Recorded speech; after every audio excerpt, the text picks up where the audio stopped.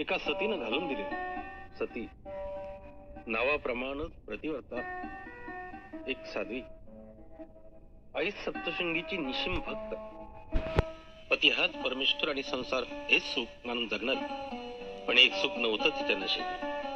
तिच्या उदरी मूल नव्हतं. मूल नाही म्हणून सासू छळायची. लोक नको नको ते बोलायचे.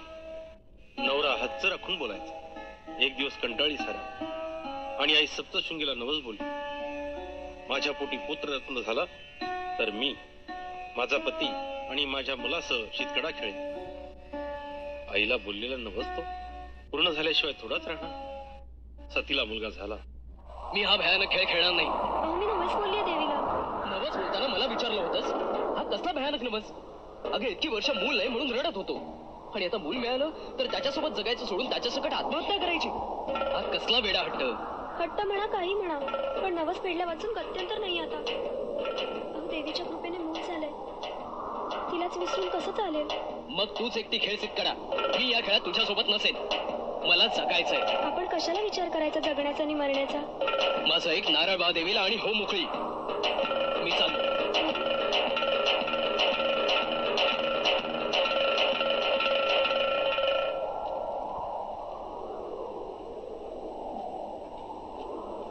मी माझ्या पतीसोबत सितकडा खेळण्याचा नवस बोलले होते.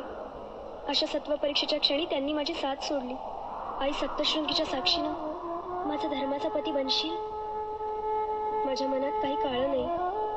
माझं पातिव्रत्य मला विटाळायचं नाही, पण देवीला दिलेल्या वचनाला जागायलाच हवं. त्यासाठी काही काळासाठी म्हणून माझं पाणीग्रहण करशील. प्रश्न भक्तीचा आणि श्रद्धेचा आहे, सक्ती नाही. करशील पाणीग्रहण माझं? वय